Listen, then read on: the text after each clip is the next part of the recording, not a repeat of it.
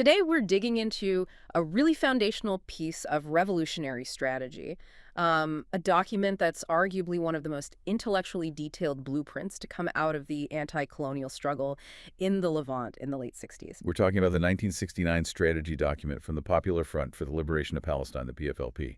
And it's just essential reading, I think, for anyone looking into indigenous radical thought or, how decolonial theory gets applied on the ground. Yeah, because its starting point is so incredibly stark, almost brutally honest. It is. It kicks off by acknowledging this really painful truth, that decades of struggle, going all the way back to 1917, the Balfour Declaration, including massive, really courageous efforts like the 1936 Great Revolt, they didn't actually lead to success. They led to disaster, frankly, devastating defeats. Exactly. And that's the pivot, right? The source material argues that just having revolutionary spirit, making sacrifices, even engaging in armed struggle, it's not enough on its own. In fact, it suggests that without the right guidance, it can actually lead straight to failure, which means victory doesn't just depend on fighting bravely. It hinges on something crucial that was missing before: scientific political thought. That's the term they keep coming back to. So the idea is the masses might have all this energy, all this enthusiasm. But if the leadership just reacts spontaneously, engaging in what the document calls impetuous gambling without a proper framework, well, failure is pretty much baked in. And this strategy document, written just, 18 months after the PFLP was founded? Yeah, remarkably quickly. It was basically a radical internal course correction. They were determined not to repeat the failures that the 1967 defeat really highlighted. So the mission was clear: adopt a unified revolutionary theory, diagnose what went wrong before, and plan for a completely different kind of war. A long one. A protracted war. And the whole analysis, this incredibly rigorous thinking, it all starts with these two fundamental strategic questions. Taken straight from Mao Zedong's early writings on the Chinese Revolution. Right. Who are our enemies? Who are our friends?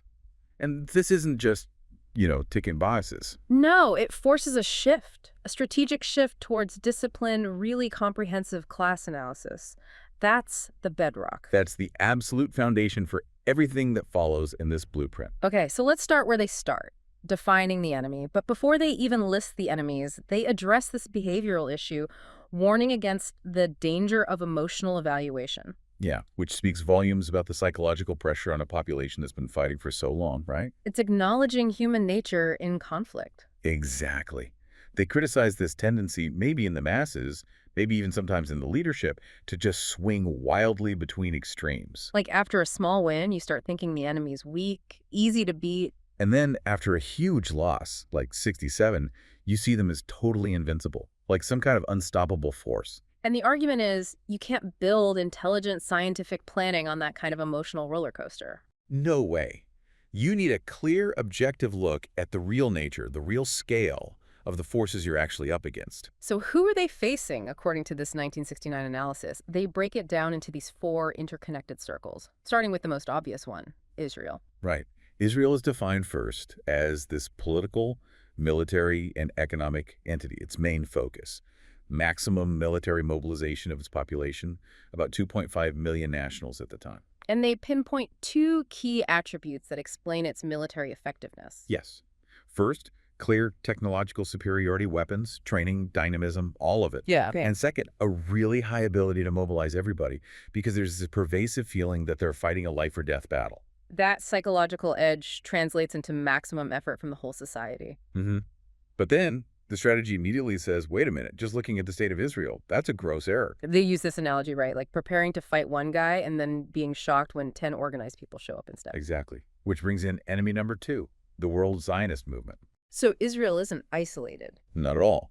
The document insists Israel is just one part, an offshoot of this global movement. And that shifts the threat assessment completely. From a local military problem to a global material force. We're talking 14 million Jews worldwide, organized, recruited, providing this constant stream of support. Money, weapons, technical expertise, political alliances, sophisticated global propaganda. For the PFLP, if you don't factor that in, you fundamentally misunderstand the resources Israel can draw on, potentially forever. Okay, so from the local and the global movement, we zoom out even further. Enemy number three, world imperialism, and they explicitly name the leader as the United States. And this is where the local fight gets plugged into the whole global economic system. The connection is explicitly material. Rooted in exploitation, you mean? Absolutely. This is a core anti-imperialist argument, imperialism's main interest in the region.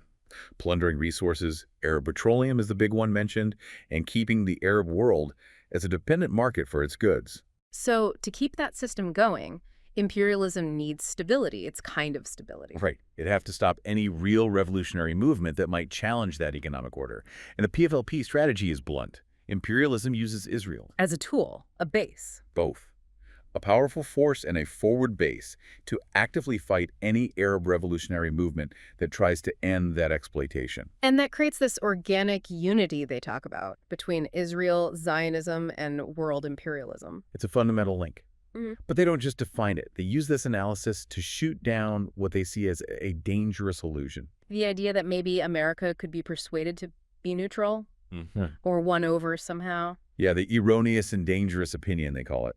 The PFLP argues imperialism's core interests are just too deeply tied to Israel's existence as this stable, anti-revolutionary base. Hoping for neutrality is structurally impossible. And that support isn't just like words. No, it's concrete. It means phantom jets. It means access to nuclear secrets. It means millions of dollars and German marks pouring into Israel's military. Understanding that link is vital for calculating the kind of counterforce needed. Okay, so that's 3 external forces. But the enemy camp isn't just outside. There's a 4th force identified: Arab reaction, feudalism and capitalism within Arab societies. The internal collaborator. This is such a critical piece of decolonial analysis everywhere, isn't it?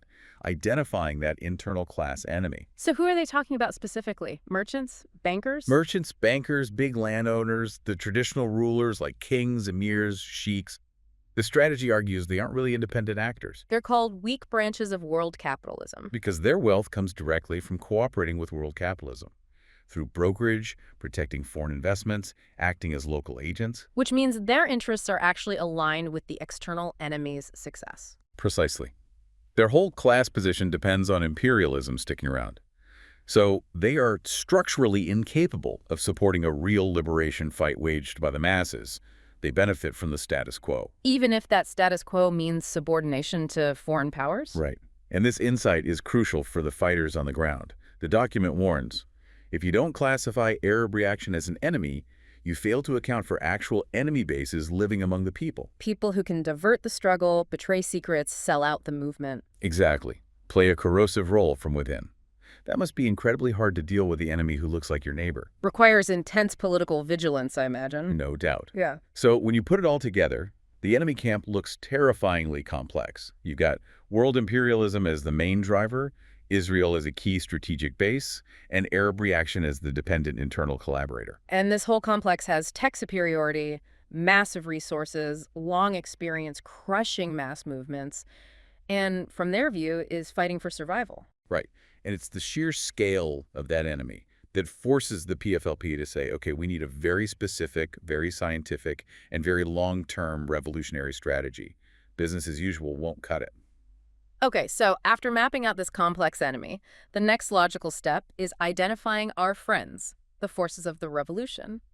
But interestingly, before they even name those forces, the PFLP strategy tackles what it calls rightist thinking.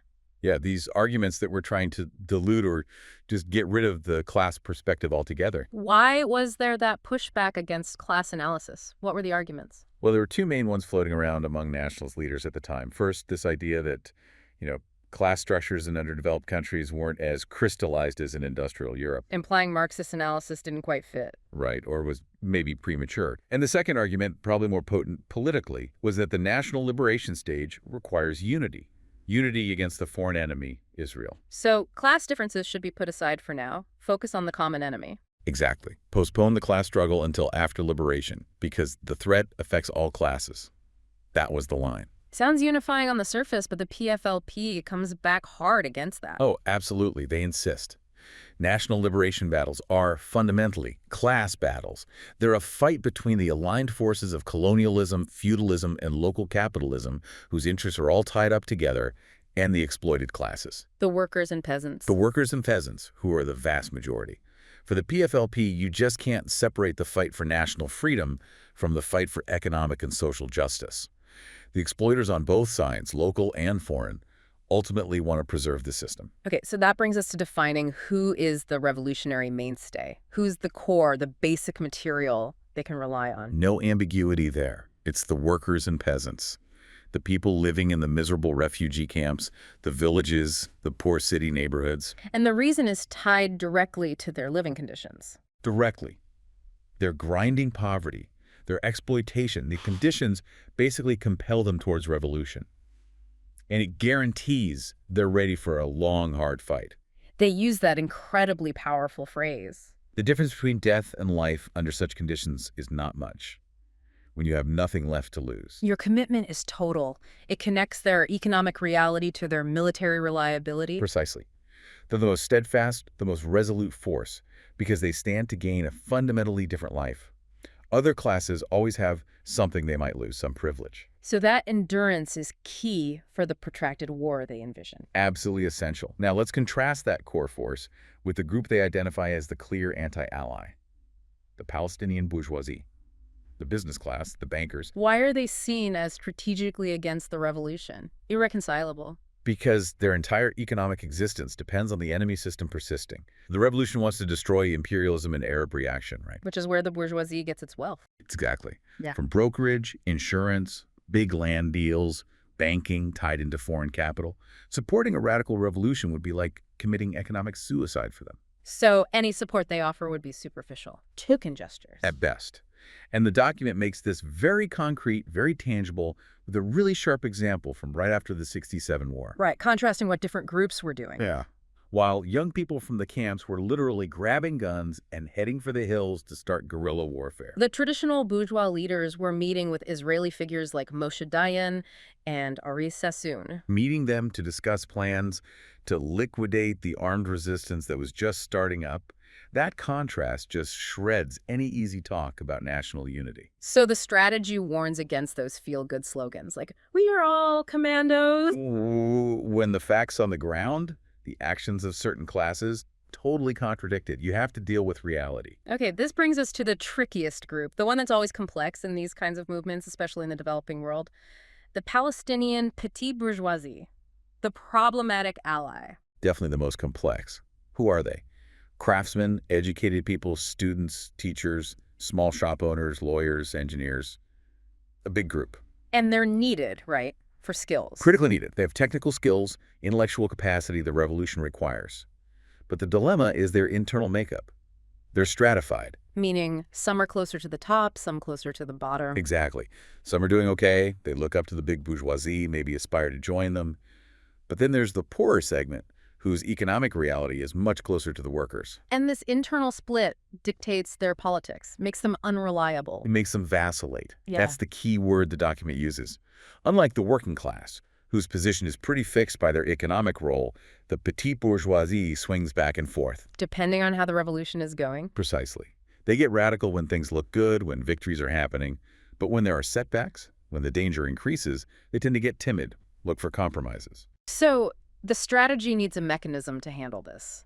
They call it the law of alliance conflict. How does that work? Ally and conflict. It's a tightrope walk. They are an ally during this phase, the Democratic National Liberation stage, because they also suffer under imperialism. So you need an alliance. But, and this is non-negotiable for the PFLP, they must not be allowed to lead the revolution. Why not? Because they'll compromise. Because their inherent tendency to vacillate would doom the whole project. They'd expose the revolution to deviation or slackness. They would inevitably seek a middle-of-the-road solution that protects their own class status, rather than pushing for the complete overthrow of the imperialist system. Wow, so you have to ally with them to get their numbers and skills, but simultaneously fight them to prevent them from taking control. That sounds incredibly difficult to manage organizationally. It requires extraordinary political clarity and discipline. The alliance is for mobilization, but the leadership must remain firmly with the workers and peasants whose outlook, whose strategy, is defined as radical and conclusive. They won't stop halfway? They can't afford to. The document even points to events in Jordan in late '68 as an example where the PFLP actively opposed other, more middle-of-the-road groups because they were taking vacillating positions. Fighting the ally was necessary, they argued, to protect the revolution's long-term radical goals. Okay, so this detailed class map lays the groundwork for how they plan to organize. The core forces, workers, and peasants need their own structure. Right. They need to be mobilized into one revolutionary political organization, a party armed with that scientific socialist theory we talked about. But they also need the petite bourgeoisie, who probably won't join such a disciplined, class-specific party. Exactly. The PFLP recognized this. The petite bourgeoisie, that problematic ally, tends to prefer looser organizations, maybe ones with more general slogans about liberation, less strict ideology. So what's the solution? How do you bring them in without diluting the core? That's where the National Front comes in. It's the secondary structure. And just to be clear for listeners interested in the history, in 1969, who were these looser organizations? Well, the main umbrella was the Palestine Liberation Organization, the PLO. But the dominant force within it at that time was Fatah, led by Yasser Arafat. Fatah represented the more mainstream nationalist current. Yeah, focused on immediate armed action, broad national unity, but without that specific Marxist-Leninist theory or the really strict class analysis that the PFLP insisted on, So the National Front was the PFLP's way to work with groups like Fatah. while ensuring that the political and theoretical leadership, the driving force, remained within their own disciplined socialist party, rooted in the workers and peasants. Okay, so that's the local organization. But the strategy immediately goes bigger. They push this Arab Hanoi motto. Why insist the revolution can't stay within Palestinian borders? Simple calculation, really. The enemy camp Israel plus global Zionism plus world imperialism is just too big, too powerful, too interconnected to be defeated by the Palestinian people alone.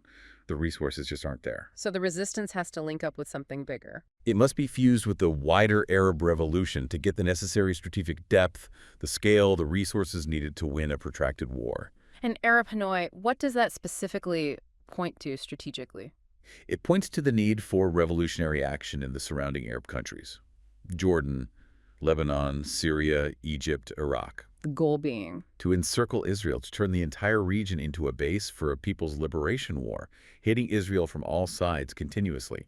The document is crystal clear. The fate of the Palestinian resistance depends entirely on linking up with genuinely radical movements in those neighboring countries. Isolation means defeat. Inevitable defeat. Which then forces them to do a very candid assessment of the existing regimes in places like Egypt, Syria, Iraq. These were regimes already hostile to Israel. Yeah, nationalist regimes. What was the PFLP's take on them, especially after the '67 war exposed their weaknesses? Well, they give credit where it's due. They acknowledge major achievements, ending direct British or French colonial rule, some land reforms, nationalizing key industries like the Suez Canal, building ties with the socialist bloc. But the 1967 defeat brutally exposed the limits of their class structure. These regimes were fundamentally led by the petite bourgeoisie. so while they fought against old-style colonialism or feudalism, They built systems that ultimately protected their own new class interests. This created a new elite military officers, politicians, top bureaucrats, interlocked with the petite bourgeoisie. and this new ruling class shaped the state's policies, military strategy. Completely. Their military and economic programs were designed to maintain their power. This led them to rely on traditional, conventional warfare, big armies, tanks, planes, and politically compromising non-radical programs. They weren't willing to go all the way to risk a truly mass-based people's war. Exactly. Yeah. Because a fully mobilized armed populace, steeped in revolutionary ideology, that's a threat to their power too. They preferred the controllable state-on-state conflict, even though '67 showed it played right into Israel's strengths. Okay, so given this complex assessment, allies in some ways, obstacles in others, the PFLP calls for a dual relationship with these regimes. Alliance and conflict, both at the same time. Alliance because? Because overall, they are anti-imperialist compared to the old monarchies, and they control state resources, armies, territory. You have to work with them. But conflict over? Over strategy, non-negotiable conflict. The PFLP had to constantly reject their reliance on conventional war and push relentlessly for the adoption of a protracted people's war strategy. Even if that agitation caused friction, even if it destabilized things in Damascus or Cairo. Yes. The revolution, from the PFLP view, had to keep pushing within these allied states to transform them into genuine revolutionary bases, not just providers of conventional military support. Okay, last step outwards, the world level. The document sees the whole era defined by this global clash. The imperialist camp, led by the U.S., versus the socialist camp and liberation movements. How do they analyze neocolonialism? They see it as the modern, more subtle way the U.S. tries to control nations and stop liberation movements without needing direct, costly military occupations like the old European empires. What are the tools of neocolonialism? Things like military pacts, economic aid designed to create dependency and co-ops local elites using international finance, and also, crucially, the psychological weight of the nuclear threat, using that fear to paralyze movements or isolate them. So given this global alignment of forces, the necessary counter-alliance has to be equally global and total. Absolutely total. The Palestinian movement must fully align itself with the entire world revolutionary camp. That means other liberation movements. They specifically mention solidarity with struggles in Africa, Asia, Latin America. And what about the major socialist powers? Here, the analysis gets quite nuanced. They identify a strong, fundamental alliance with the People's Republic of China. Why? Because China's analysis was clear. Israel is an imperialist base and must be dismantled. And the Soviet Union? The alliance with the Soviet Union is defined as tactical. They acknowledge Soviet support, but also recognize the USSR's position was more limited.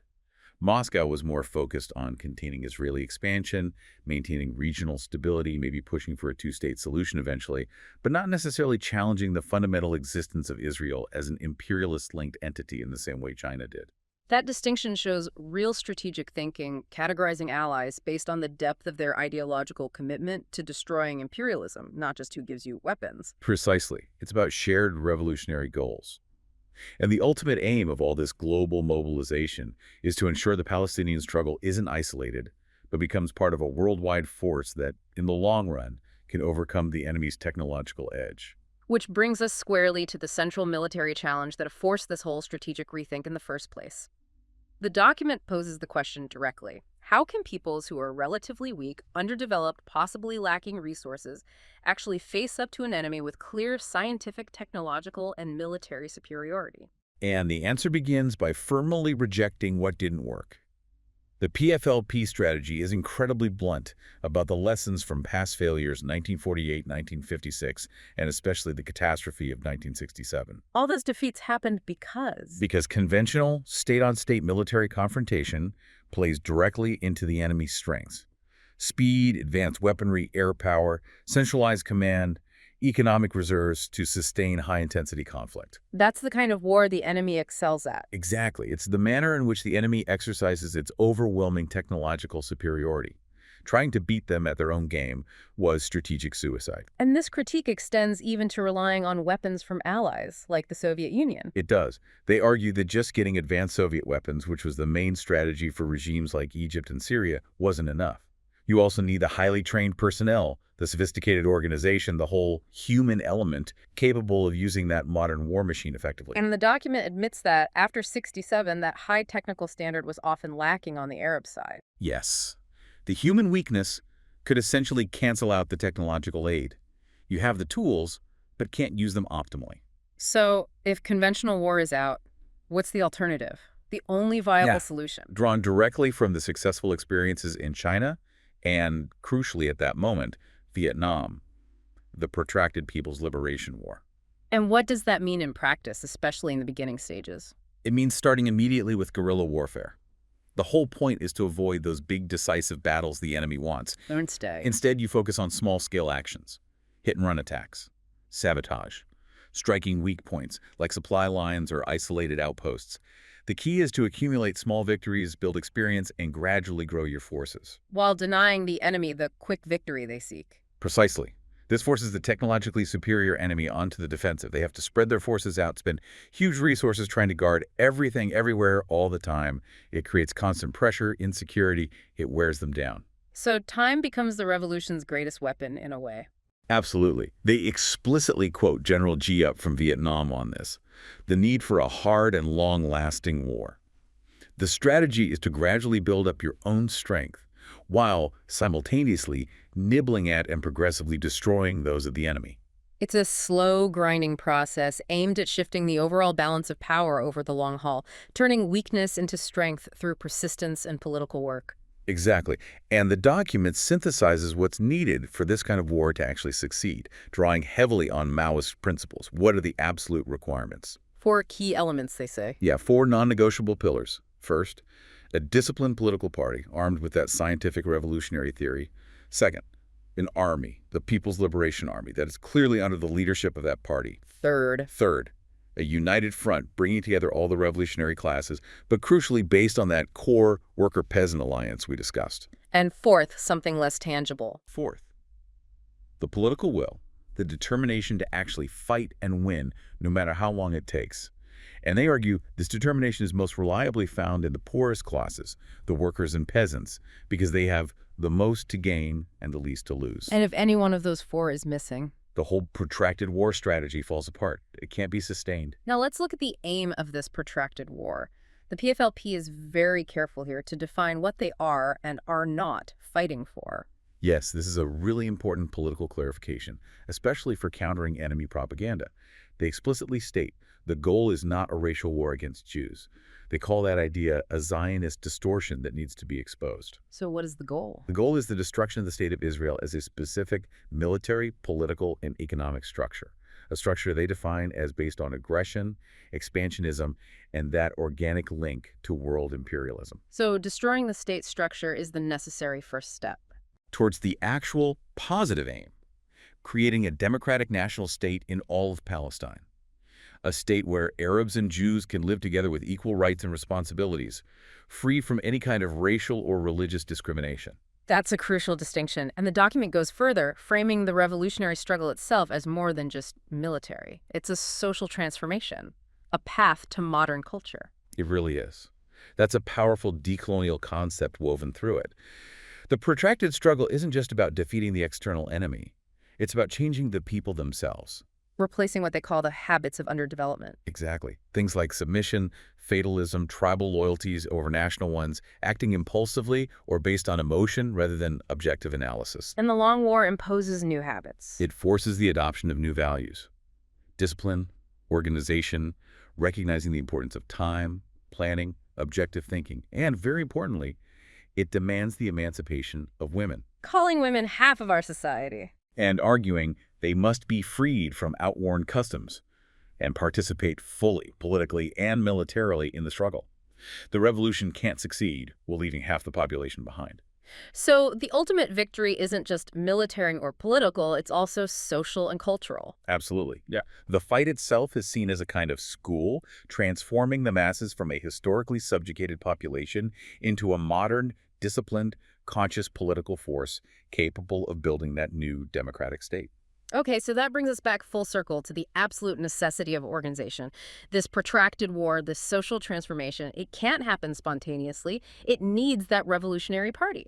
The document calls the party a condition sine qua non, absolutely essential. It's the entity that provides the long-term vision, the scientific analysis, the leadership, the framework to mobilize everyone effectively over years, even decades. And the theoretical engine driving this party is explicitly named Marxism-Leninism. Yes. For the PFLP in 1969, Marxism is presented as the revolutionary theory that makes the study of society and history scientific. The idea being, just like natural sciences, let us understand and control nature.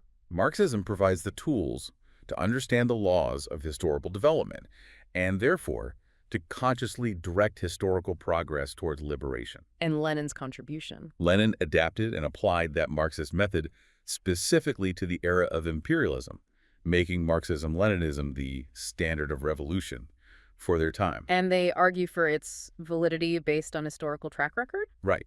They point to the successes, the Russian Revolution, the Chinese Revolution, Cuba, the ongoing fight in Vietnam as proof that this theory works when applied correctly. And they contrast these successes with the stumbling confusion of movements, including they imply some previous Arab movements that weren't scientifically committed to this theory. They even offer a critique of some past Arab communist parties, saying they might have paid lip service to Marxism-Leninism. but failed to actually lead the masses effectively because they understood the theory in a rigid, dogmatic, almost fossilized way. They didn't adapt it properly. Didn't apply the method flexibly to the specific conditions of a largely non-industrial colonized society. Exactly, which leads to a really crucial clarification in the document. Marxism isn't a dogma, a set of fixed answers. It has to be understood dialectically. As a working guide for analysis, its strength lies in its method, a way of looking at things as constantly changing, full of contradictions. The commitment isn't to memorizing texts, it's to applying that analytical method to the concrete, ever-changing reality of their struggle. So analyzing class in a semi-feudal, semi-capitalist society under colonial pressure requires a different application than analyzing it in 19th century industrial Europe. Of course. The danger they warn against is a mechanical, bookish understanding that doesn't evolve with the situation. The theory must live in practice. And the party's internal structure has to reflect this theoretical commitment, especially regarding class. They insist on a majority worker and peasant structure. Why is that the guarantee? It's seen as the guarantee of the party's revolutionary character, its steadfastness, endurance, and revolutionary capabilities. Because if the party leadership is dominated by the petit bourgeoisie, Then the party itself will inevitably reflect the vacillation, the hesitancy, the tendency towards compromise that characterizes that class. It would jeopardize the entire long-term radical nature of the struggle. The leadership has to be anchored in the classes who have no interest in compromise. but they also acknowledge that spontaneously, leadership often emerges from more educated, urban, petit bourgeois circles. How do they plan to counteract that? Through conscious, planned organizational work. The goal must be to deliberately deploy the best, most capable leaders and organizers to the refugee camps and the villages where the truly revolutionary potential lies. So it requires actively pushing against the spontaneous flow. Yes, revolutionary intellectuals are vital, they provide theory, but they must integrate themselves deeply with the masses. Learn from them, share their lives, avoid any kind of superior relations or privileges. The party has to be built from the base up. Now, the relationship between this vanguard party and the broader masses is described as dialectical. The party leads, but its work is useless without the masses' involvement. Fruitless effort is the phrase they use. This leads directly to adopting the mass line principle, famously articulated by Mao, Which basically says, that the party's work must always start from the actual needs and wishes of the masses themselves, not from what the leaders, however well-intentioned, think the masses need or want. so listening is key, understanding where people are really at. Absolutely. The party has to be patient. It can only advance when the masses are consciously ready, willing, and determined to move forward. This is how you avoid the two big errors. Adventurism and right opportunism. Break those down. Adventurism is basically rashness, pushing the masses into actions they aren't prepared for, actions that could lead to heavy losses and demoralization, like demanding a huge uprising before the groundwork is laid. And right opportunism. That's the opposite error, being too timid, too cautious, failing to act when the masses are ready, missing revolutionary opportunities, getting bogged down in inaction, perhaps due to fear of repression. So the party has to constantly gauge the masses' consciousness and find that right balance between leading and listening. Exactly.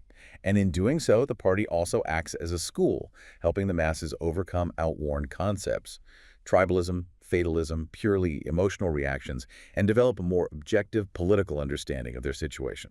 Finally, how does the party govern itself internally? They rely on democratic centralism. Sounds like a contradiction in terms. It does, but it's presented as the essential balancing act for a revolutionary organization fighting a war. It combines two elements, democracy and centralism. Democracy meaning. Internal freedom. Members have the right to discuss issues, criticize policies, even work to change the leadership through internal processes.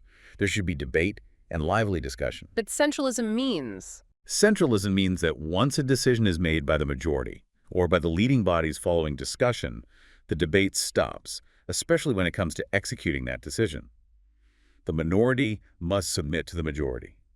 Lower levels must follow the directives of the central leadership. Why is that discipline so crucial? Because in a protracted war, you need unity of action. You need to be able to execute complex, dangerous plans without being paralyzed by constant internal dissent or individuals going off in different directions. Discipline ensures coherence and effectiveness in action. And the mechanism for ensuring the party doesn't become rigid or make mistakes under this discipline. That's criticism and self-criticism. It's presented as the essential method for ongoing learning, growth, and correction. But with strict guidelines. Very strict. Criticism must be objective, constructive, aimed at fixing the problem like a doctor curing a disease, they say, not doctoring him to death through personal attacks or humiliation. And it should focus on big issues. Focus on major political and organizational questions, not get bogged down in petty, subjective issues or personal rivalries that can destroy unity. It's the tool that allows the party to remain dynamic and learn from mistakes within that disciplined, centralized structure.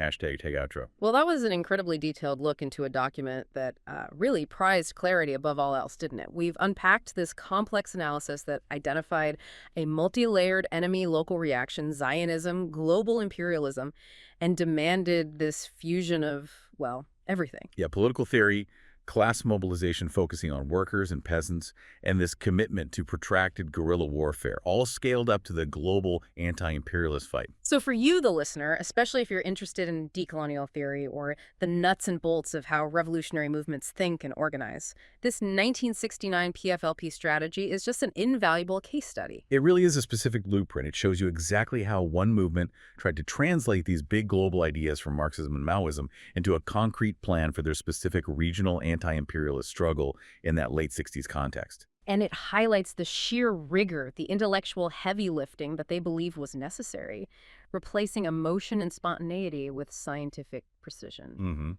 The sheer volume of this thing, the detail in the class analysis, the prescribed organizational charts, the constant emphasis on a scientific approach, it all hammers home the core belief of the authors. Revolutionary success depends entirely on having and consciously applying a theory of history and society, replacing hope with a plan. Which leads us, I think, to a final provocative thought, something inherent in this whole strategy, and maybe in many revolutionary projects. It's that fundamental tension, isn't it? The one that PFLP committed itself to navigating. How do you maintain that incredibly strong, centralized discipline that's absolutely necessary to survive and fight a protracted war where at some point debate has to stop and orders have to be followed? While at the same time fostering the internal democracy, the criticism and self-criticism that you need to stay flexible, to learn from mistakes, to avoid becoming just a rigid dogma, unresponsive to the real world. Exactly. Managing that dialectic between discipline and democracy, between centralism and internal freedom, that's arguably the toughest organizational challenge there is. And getting it right or wrong might just be the difference between a movement that transforms history and one that simply fades away.